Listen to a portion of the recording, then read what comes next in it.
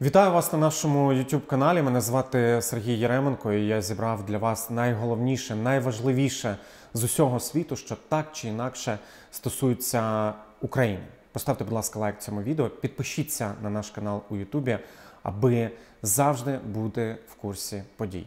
Отже, в Москві пройшов парад, присвячений, як називають це в самій Росії, 80-річчю побєди в Великій Отечественній війні. В Російській Федерації досі відлік цієї війни ведеться з 22 червня 1941 року, тоді як весь цивілізований світ веде відлік Другої світової війни від 1 вересня 1939 року. На одній трибуні з Путіним стояли лідер Китаю Сі Цзіньпінь, прем'єр-міністр Словаччини Роберт Фіцо, президент Сербії Олександр Вучич. Оці обидвоє, останні яких я перерахував, не без пригод діставалися Москви, тому що країни Балтії заборонили їхнім літакам перетинати повітряний простір свій дорогою до Красної площаді. Літак Олександра Вучича був дорогою до Москви в Баку через те, що в самій Москві була оголошена повітряна тривога, закривали аеропорти. І Фіцо, і Вучич, вони дуже яскраво описували цей свій незламний шлях до Москви для того, аби взяти участь в цьому параді. Обурювався з приводу того, що країни Балтії не пропустили літаки словацького прем'єра і сербського президента, міністр закордонних справ Росії Сергій Лавров. У параді взяли участь близько 12 тисяч військових, не лише російських, бо в розрахунках цього параду марширували військові з В'єтнаму, Китаю, Лаосу, Киргизстану, Туркменістану, Таджикистану і так далі, і так далі. З-поміж цих 12 тисяч військових близько 1500 – це учасники російсько-української війни, тобто російські окупанти. І можна було б, звісно, припустити, що з-поміж них є ті, хто брав участь у вбивствах, катуваннях, зґвалтуваннях, мародерствах в Україні. Можна було б припустити, але в цьому немає сенсу, тому що це доведено як факт, як мінімум двоє лише з-поміж тих, хто стояв поряд із Путіним на трибуні Мавзолею. Вони українською владою підозрюються у скоєнні воєнних злочинів, а саме в мародерстві, в катуваннях і стратах військовополонених, знущаннях над мирними жителями України. Ну і, звісно, у крадіжках пральних машин та унітазів. Володимир Путін у своїй промові, з-поміж іншого, подякував учасникам так званої СВО, сказав про те, що вся Росія дякує їм, подякував їм особисто. Звісно, але ж завдяки цим мародерам і вбивцям Путін нині має можливість у перемовинах зі Сполученими Штатами стосовно припинення російсько-української війни висувати свої фантазмагоричні вимоги. З-поміж іншого, якщо ви пам'ятаєте, мова йде про те, аби Україна відмовилася як від тимчасово окупованих, так і від неокупованих територій, які за тим папірцем, який в Російській Федерації називають Конституцією їхньою, які входять до складу нібито Російської Федерації. Мова йде про Запоріжжя, про місто Херсон. На тлі цього дещо дивними виглядають заяви, які надходять зі Сполучених Штатів Америки. Наприклад, віце-президент США Джей Ді Венс назвав занадто великими вимоги, які Росія висунула під час переговорів щодо врегулювання російсько-української війни, і сказав, що Росія не може розраховувати на те, що їй віддадуть території, яка вона ще навіть не захопила. Оця фраза про «ще навіть не захопила» особисто у мене визвала не те, щоб шок. На 4-му році повномасштабного вторгнення Росії в Україну українці, мені здається, вже втомилися шокуватися. Але принаймні подив так точно, тому що ці слова віце-президента США Джей Ді Венса Вони дають точний сигнал диктатурам, які розраховують не лише на те, аби розповсюджувати свою владу на ті території, де вони правлять, а й на те, аби захоплювати інші території. Це сигнал, будь ласка, захоплюйте. Захоплюйте, а потім вас посадять в якомусь теплому приміщенні, бажано в Саудівській Аравії, разом із американською делегацією на якісь переговори. Ми будемо з вами бачитися, будемо з вами смачно їсти, каре ягня, креветки в вершковому соусі. Вам будуть тиснути руки.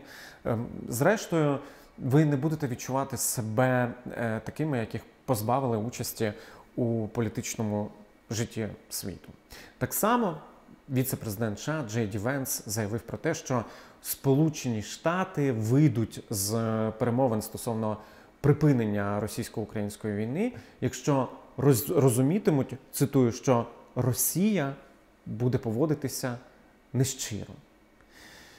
Тут так само цікава ця позиція, тому що воно виглядає як, знаєте, погрожувати собаці, що якщо вона гавкатиме, то тоді з нею не вестимуть розмови. І зрештою це виглядає як конкретна заява про те, що ми кинемо Україну у тому разі, якщо Росія буде поводитися нещиро. І ось тут питання. Давайте з вами подумаємо, а коли Росія поводилася щиро? Коли ми можемо згадати такий період в історії, коли Росія поводилася щиро? Я нагадаю, що в 90-х роках, коли розвалився Радянський Союз, і коли уся Росія, і Москва в тому числі, сиділа в злиднях, зі Сполучених Штатів не лише прилітали літаки з гуманітарною допомогою, з оцима горизвісними ножками Буша, мороженою куркою, яку, до речі, в самій Росії цю гуманітарну допомогу громадянам Російської Федерації продавали за гроші. Тоді з Сполучених Штатів Америки в Росію прилетіло чимало спеціалістів, які допомагали росіянам колишню планову економіку, яка протягом десятиліть існувала в Радянському Союзі, поставити на ринкові рейки, на рейки ринкової економіки. І тоді, в 90-х, росіяни дякували, щиро кланялися американцям. Але не пройшло і десятка років з тих пір для того, аби на екранах російських телевізорів не з'явилися ті, хто почав розповідати їм про піндосів, америкосів, англосаксів і так далі. На тлі цього міністр закордонних справ Польщі Радослав Сікорський припустив, що у разі, якщо Сполучені Штати вийдуть з переговорного процесу, то на їх місце, як посередник, можуть стати або Туреччина, або Китай.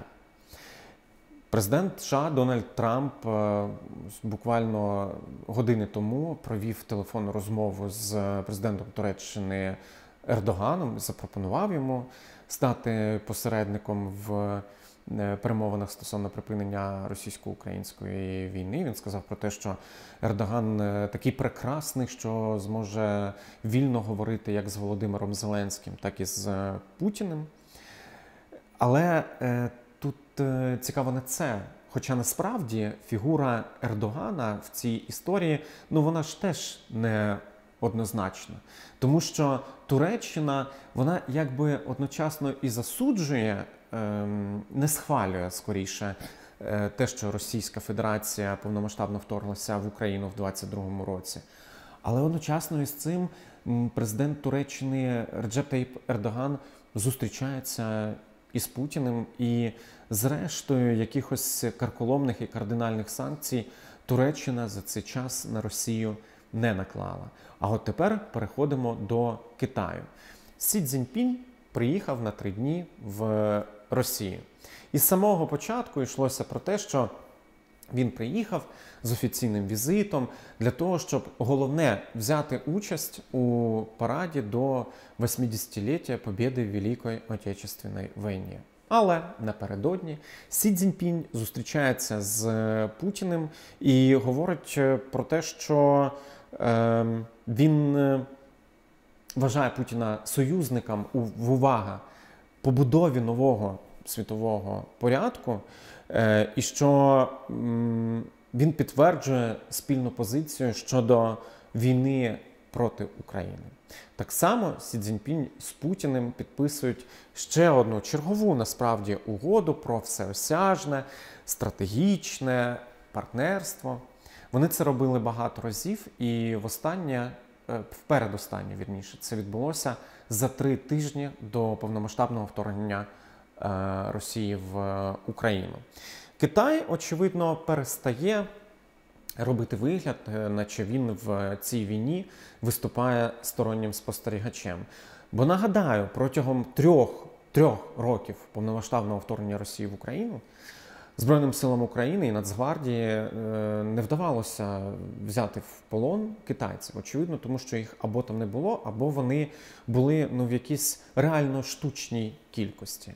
А от на 4-й рік повномасштабного вторгнення Росії в Україну уже ми маємо військовополонених громадян Китайської Народної Республіки, і вже спецслужби України говорять про те, що в війні Росії проти України на боці Росії бере участь щонайменше 150 китайців.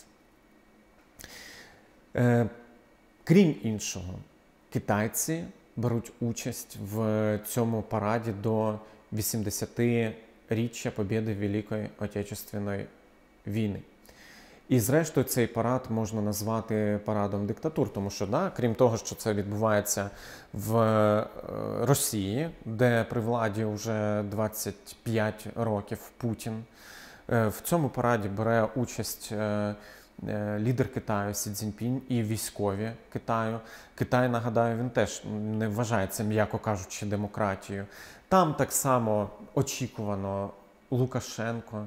Там так само лідери тих країн, які теж не славляться своїми демократіями. Чого вартує лише оцей Сердар Бердимухамедов, який нині є очільником Туркменістану, який успадкував свою владу від батька Гурбангули Бердимухамедова.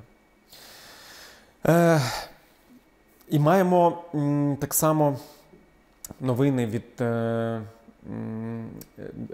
з Румунії. Там, нагадаю, відбувся перший тур президентських виборів. На них лідером в першому турі є Джордже Сімеон. Він лідер ультраправої румунської партії. Це, знаєте, це до того, що у Москві ми спостерігали парад диктатур, і зрештою цей парад диктатур, він, на жаль, крокує не лише і марширує не лише Червоною площею, а ми не можемо сказати, що світом, але принаймні його частиною так точно. І оцей Джордже Сімеон, він заявив про те, що вимагатиме в разі своєї перемоги у другому турі президентських виборів, вимагатиме від України компенсації за ту військову допомогу, яку їй надала попередня румунська влада. Зокрема, йдеться в тому числі і про компенсацію за одну установку «Петріот», яку румунська влада попередньо надала Україні, аби Україна могла захищатися від російських окупантів. Ці слова, ці заяви цього Джорджа Сімеона, вони особливо цікаві на тлі тих заяв, які сталися буквально декілька днів тому.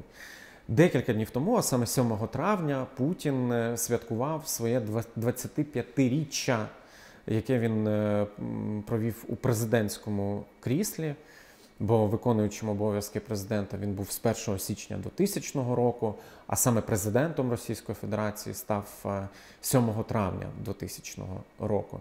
І з-поміж іншого, в цьому пропагандистському кіні Путін говорить про те, що однією з причин повномасштабного вторгнення Росії в Україну стало, крім іншого, і розміщення сучасних баз НАТО на території Болгарії та Словаччини. Румунії.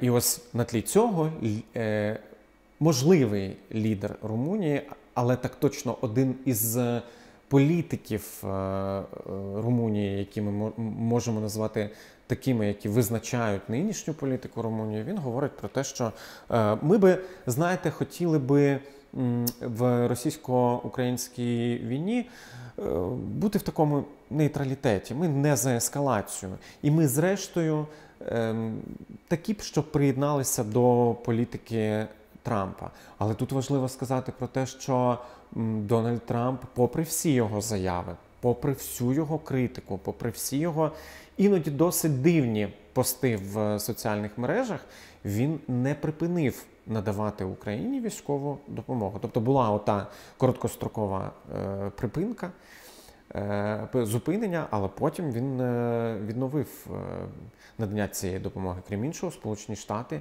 як не крути, але виступають поки що посередником в перемовинах з Росією стосовно припинення російсько-української війни. Тому коли Джорджа Сіміон говорить про те, що Румунія хотіла би виступати з таких позицій, з яких виступає президент США Дональд Трамп, ну він бере на себе, на мою думку, забагато. Сьогоднішній день він такий, коли Російська Федерація вкотре вражає своїм побєдобєсієм. На тлі цього президент Федеративної Республіки Німеччина Франк-Вальтер Штайнмаєр під час свого виступу в Бундестазі виступив з критикою до Російської Федерації. Зокрема, він заявив про те, що вона поширює історичну брехню стосовно своєї одноосібної фактично перемоги над нацистською Німеччиною. І цю брехню вона поширює для того, аби виправдовувати вторгнення, вчергове виправдати вторгнення в Україну. І це підтверджують дані Інституту вивчення війни. Вони проаналізували, зокрема, статтю, яку опублікував 8 травня міністр оборони Російської Федерації, нинішній Андрій Білоусов, де стверджується, що війна Росії проти України увійде в історію як подвиг, подібний до перемоги Червоної армії над нацистською Німеччиною. Він також заявив, що перемога Росії в Україні неминуча і що війна Росії в Україні є продовженням славних традицій радянської мужності та героїзму, а також ентузіазму радянського народу щодо мобілізації та підтримки військових дій. Ви знаєте, ще далеко до 2014 року я прочитав книжку, яку написав Ніколай Нікулін. Це росіянин, він багаторічний працівник Ермітажу. Йому було 19 років, коли його призвали до лав Червоної армії, аби воювати з нацистською Німеччиною. І в свої 19 років він уже був співробітником Ермітажу. Ця книжка називається дуже просто «Воспоминання о війні». Але в ній написана така брудна, кривава, подекуди смердюча правда про Другу світову, про цю так звану Великою Отечественную, про те, як насправді жилося людям і насамперед тим солдатам, які були на передовій цієї війни, про те, скільки було свавілля в рядах самої радянської армії, про те, скільки було злочинів, зґвалтувань, вбивств, абсолютно невиправданих, абсолютно страшних. Не буває справедливої війни, буває лише справедливий мир. Я уже котрий рік поспіль з жахом дивлюся на те, як саме святкують цей день в Росії. Мене відверто засмучують слова президента США Дональда Трампа, який, схоже, так само хоче вписатися в цю змагальну історію стосовно того, хто ж більше переміг в Другій світовій війні. А справа в тому, що в Другій світовій війні переможців, на жаль, не було. Тому що якщо вважати перемогою десятки мільйонів загиблих, якщо вважати перемогою мільйони людей, які втратили свої кінцівки і здоров'я, якщо вважати перемогою мільйони осиротівших і овдовівших громадян не лише Радянського Союзу тодішнього, багатьох інших країн, то знаєте, як на мене, це дуже дивна перемога. У України є День 8 травня, День пам'яті і примирення. Я особисто в цей день згадую своїх рідних, які загинули в тій війні. Це мій прадід Іван Єременко, це мій дід Василь Прокушев.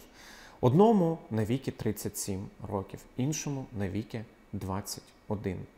Я впевнений, що ми маємо пам'ятати, але уж точно не святкувати такі дні, тому що ці дні для нашої історії страшні. Мене звати Сергій Єременко. У нас з вами буде ще багато приводів, аби зустрітися. До зустрічі!